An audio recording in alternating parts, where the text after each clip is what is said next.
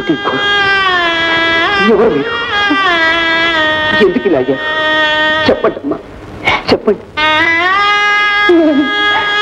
రాజా, నాన్నగారు, ఈ శ్రీమూర్తి ఎవరు? ఈ శిలారూపం ఏమిటి? చెప్పండి నాన్నగారు. ఎందుకు సందేహిస్తున్నారు?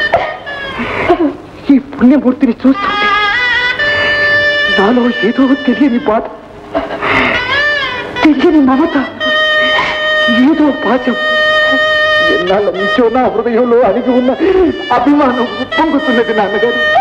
నాయన, మీ మమతా బంధం అటువంటి అంతే. ఆమె మీ మాతృదేవత రాజా. నన్ను కన్న తల్లి. అమ్మా అమ్మా అమ్మా అమ్మా అమ్మా. ఏమిటమ్మా ఈ ఘోరం? ఏదైనా శాపమా లేక నేను చేసుకున్న పాపమా? నాన్నగారు, ఇంతకాలం ఈ రహస్యం నాతో ఎందుకు చెప్పలేదు? తగిన సమయం రాలేదు నాయన.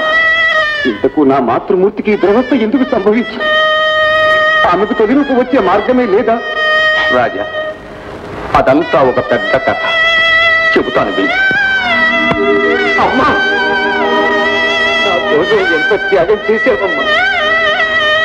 నా ప్రాణం కోసం నీ ప్రాణాలను సైతం లెక్క చేయకుండా చరిత్రలో ఏ కన్న తల్లి చెయ్యలేని సాహసం చేశావమ్మా. నా మూలంగా కఠిన శిలవై కదలలేక, మమతను వదులుకోలేక ఇన్నాళ్లుగా చిత్రహింస అనుభవిస్తున్నావో తల్లి.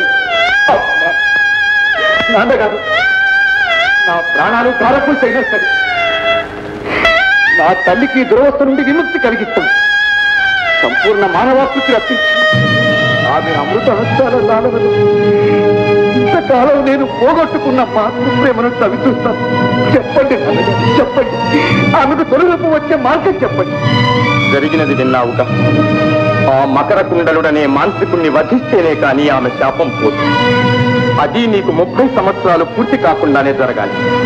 ఒక్క రోజు దాటినా ఆమె జీవితాంతం శిలగా ఉండవలసింది.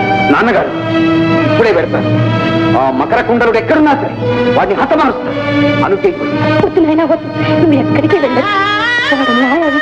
వాడితో వైరం వస్తున్నాయినా శిలలైన నా కోసం చిగురించే నీ జీవితాన్ని శిథిలం చేసుకోకు తండ్రి. అమ్మా, కన్న తల్లిగా నా కోసం నీవు పడే ఆవేదన నాకు తెలుసమ్మా. కానీ కర్తవ్యాన్ని గుర్తించిన కొడుకుగా నా బాధ కూడా నీవు అర్థం చేసుకోమ్మా. నా గురించి నీవు భయపడకు.